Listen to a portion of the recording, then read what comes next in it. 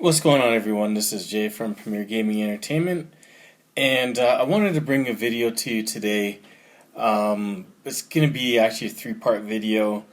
Um, First part, what I wanted to do was just talk about more in depth about the game that just passed against Minnesota.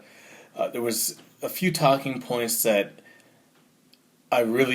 I guess, kind of left out of the video that I did about my takeaways and analysis that I wanted to kind of dig deeper on this video. So that's going to be the first part. So let's get into that. Um, I felt as though, I saw some of the comments in the comment section from my previous video is in regards to Joe Milton as far as how he played. Now, I know I said that he just played okay, um, and I think a lot of people, I guess, came to the conclusion that I didn't think that he played well, and that couldn't be further from the truth. I felt that he did play well. I just didn't feel as though he did anything necessarily to, wow us as far as his performance go. And that's perfectly fine. It was his first game, his first start. It was on the road in a hostile environment, even though there were no fans. But, historically, Michigan on the road at night versus a ranked opponent is usually a recipe for disaster. So for him to play as well as he did, it was a huge plus. Don't get me wrong. Like I said, he didn't do anything overly exciting. There wasn't a throw where you're like, man, that was amazing. He had a certain game plan. I'm pretty sure Josh Gaddis had a certain game plan that he wanted him to fulfill, and for the most part, I think that he did do that. He didn't make any mistakes. He had a great command of the offense. So I was pleasantly surprised, and I felt he did pretty well as far as that goes. So, and it really showed with the outcome of the game. Let's face it, for the first half of the season, for the most part, you saw a lot of struggles with Michigan's offense. Part of it was the adjustment of going from the traditional Harbaugh offense to this offense, but a lot of it was also from the turnovers, the fumbles. So the ball security for this first game, I know it's only just one game, but if you look back last year, on the very first play of the season last year, Shea Patterson fumbled the football.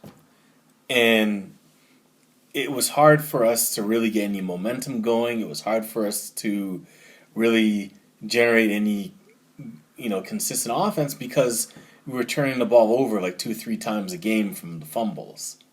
So to not turn the ball over on the very first game against a quality opponent, I mean, you see what the end result is. If you go back and look at it, now I'm not entirely sure because I didn't watch the game again a second time to confirm this, but from my memory, I think after the first series, I don't think Michigan punted again for the rest of the game. So, I mean, some of that we ended up missed field goals and things of that nature, but to consistently go down the field, some of the field positioning was shortened because of their kicking game, and also the one time where they decided to go for it, which was an end result of the kicking game as far as their punting goes, but and well their kickoff too as well, being a short field, but the offense didn't seem like it was struggling. There was no indication that they were confused like you saw a lot last year. There was a lot of They were very decisive in what they wanted to do. The game plan was great. I mean, hell, even the first time that they punted really was only because of that 15-yard penalty by Ben Mason. Other than that, they pretty much rolled the whole game. Now, you can say that the issues could have been with the Minnesota defense is why they were able to do that. And that might be the case. We have to wait and see how Minnesota does for the rest of the season before we can come to any judgment on that. But, they look pretty good on the offense. And another thing that I didn't mention was, like, for example, Zach Charbonnet. I didn't mention that he looks so much better this season compared to how he looked, last year. He looked like he had when he ran for that touchdown, he looked like he was in another gear than we saw last year. And it showed. He looked much faster. When he broke through that hole, I swear last year they would have caught him. This year there was no catching him. He looked way faster. So I'm very happy to see that he's 100% healthy. It's going to be great for the running back situation that everyone's at full health and we have steady depth at that position. Also, the wide receiver situation, in all honesty, this is the most explosive that I've seen our wide receivers in a long time. And, I see why the recruiting has gone in a certain direction as far as how these wide receivers are to fit the philosophy of our offense. Let's face it, last year, even though we had these great wide receivers, they were more so these big, taller possession wide receivers. So I can see why there was slight conflict as far as the efficiency of the offense goes. Along with Shea Patterson as far as his noodle for an arm, as far as the certain things that we would be able to do with our offense. So seeing the wide receivers and the speed and the agility and the shiftiness and everything like that, man, it was just a breath of fresh air to see guys like A.J. Henning, same still. That first play of the game where they threw that swing pass to Blake Corum, and he just looked like he got shot out of a cannon. This is stuff that's been missing from Michigan's wide receivers position and hell, even running back position since I can remember.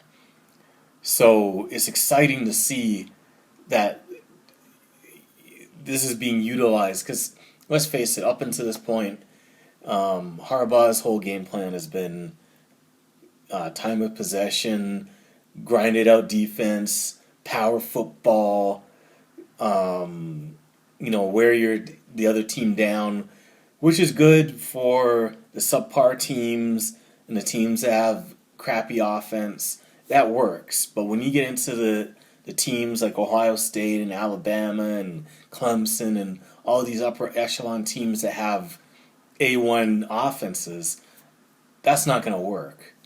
And it's especially not going to work if you play against a team that's that good on offense and also you're playing from behind. That offense is amazing and it's very effective when you're playing with a lead because it puts the pressure on the other team's offense and causes them to, make plays or try things and, take risks because of, the fear that you might not get the football back. So you take chances that you normally wouldn't on offense, and it affects everything. But it's ineffective if you're playing from behind. It's not great when you're playing against a team that can put up 50 points on offense and you have not much resistance from your defense. So it's good to see that we're making that change, and it was on full display from the game against Minnesota. Now, also piggybacking off of that as well, it was also a breath of fresh air to see Joe Milton actively trying to run the football. So one of the things that I harped on last year was two things that just used to drive me nuts. One is Shea Patterson not wanting to run the football on zone reads, and also, not wanting to throw the ball deep down the field. Obviously, both of those were on full display against Minnesota, so I don't think we're going to have that issue this year. Milton obviously has the arm for it, so that we're not going to have to worry about him throwing down the field. And it was nice to see actual design quarterback runs that were successful. I mean, all that stuff is going to keep the defense honest against us. One of the problems that we had is no real explosive speed, and couple that with, no long plays down the field, led to defenses crowding the line of scrimmage and daring us to throw it deep, which we couldn't do, which affected our running game. So it was, if you think about it last year, there weren't a lot of large explosive plays from our team. There was some, towards the end of the year, but there wasn't a lot of big plays. It was more possession plays, moving slowly down the field, 12 play drives, 10 play drives, no 2-play drives or 1-play drive where we just hit it for a home run like Charbonnet did in the second possession of the game.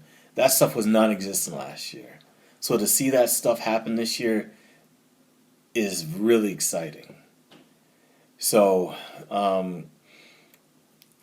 those are parts of the first part. Now the second part that I wanted to briefly touch on is kind of piggybacking off of everything that I just explained, and this is in the line of recruiting. So if I'm Josh Gaddis, I'm pretty excited. I'm probably calling up all the recruits and saying, "Hey, did you watch the game? Oh, you did? Okay, well, great. I'll talk to you later." As far as our recruiting goes, and this is for potential recruits and also for commits already, seeing that game, I know it's just one game, like I said before, but if you're someone that's committed to Michigan already, or if you're thinking about becoming a Michigan Wolverine, and you saw that game, especially from the offensive standpoint, I'm sure it must be exciting to see something different than the usual boring grind them out possession game that we've been doing for the last 3-4 years, or 4 or 5 years really. And it's good to see that Harbaugh it looks like really for the first time completely wiped the slate clean, as far as trying to have his touch on the offense. This looked like fully a scheme from Josh Gaddis from start to finish. And if you're a recruit, it looks exciting now. It didn't look boring where you just run the ball twice and then maybe pass on third down like we've been doing for ages. It looks like a fast, up-to-date modern football team for once. So, it's going to generate excitement and have recruits wanting to come to Michigan to play. Gone are the days of recruits wanting to come to Michigan just because it's Michigan. I remember Jabril Peppers, when he did his where he wanted to play.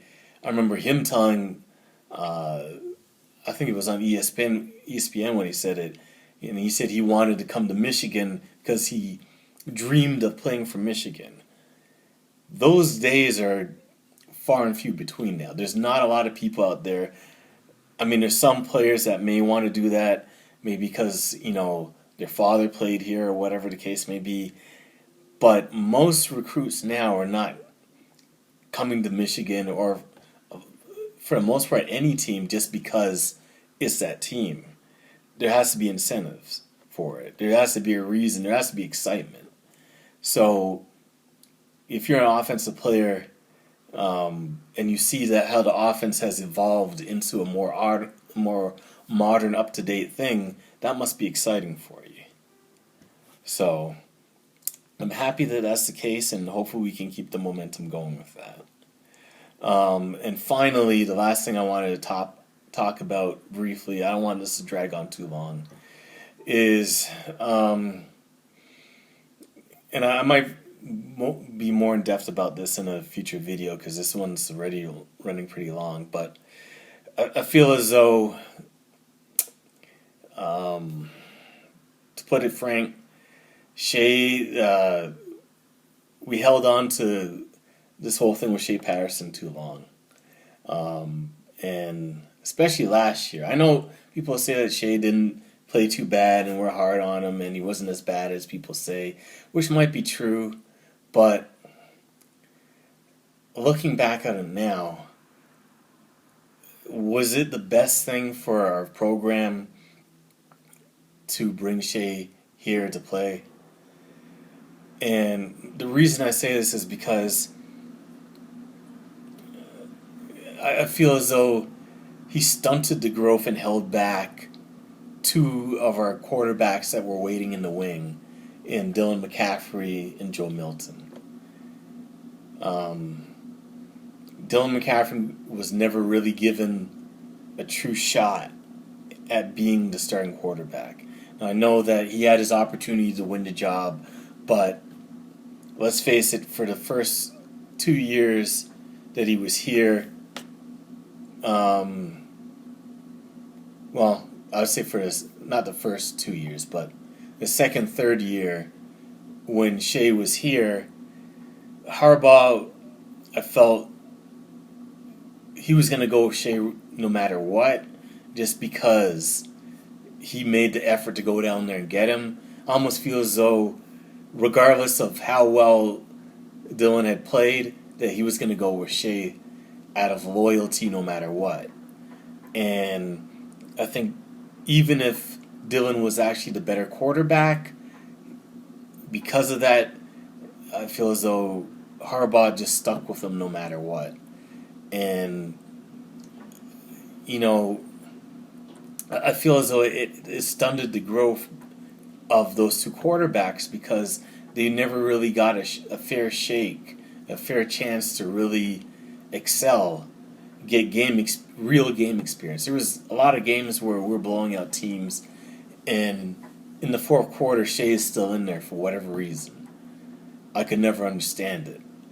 And they would never get enough time to really get any game experience. And, you know, now that Shea is gone, it led to basically it being one or the other. Whoever won the starting job, the other one was gone. And I knew that coming into the season. So I think that had we not gone and got Shea, things might have been different. Now, that's just my opinion. I could be completely wrong about that. But like I said, I might make another video where I get more in-depth about this. You know, it's an interesting topic, but I'd be interested to hear what other people think about that.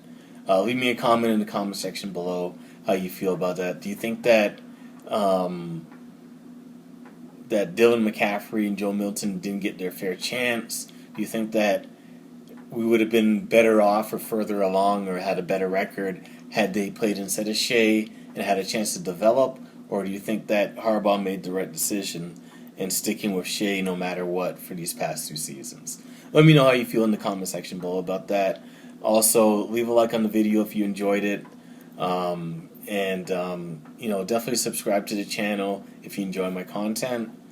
And definitely look out for a video. I'm going to be tomorrow making a video with my predictions for the game versus Michigan State. So look out for that tomorrow. Anyways, thank you for watching the video, and go Blue.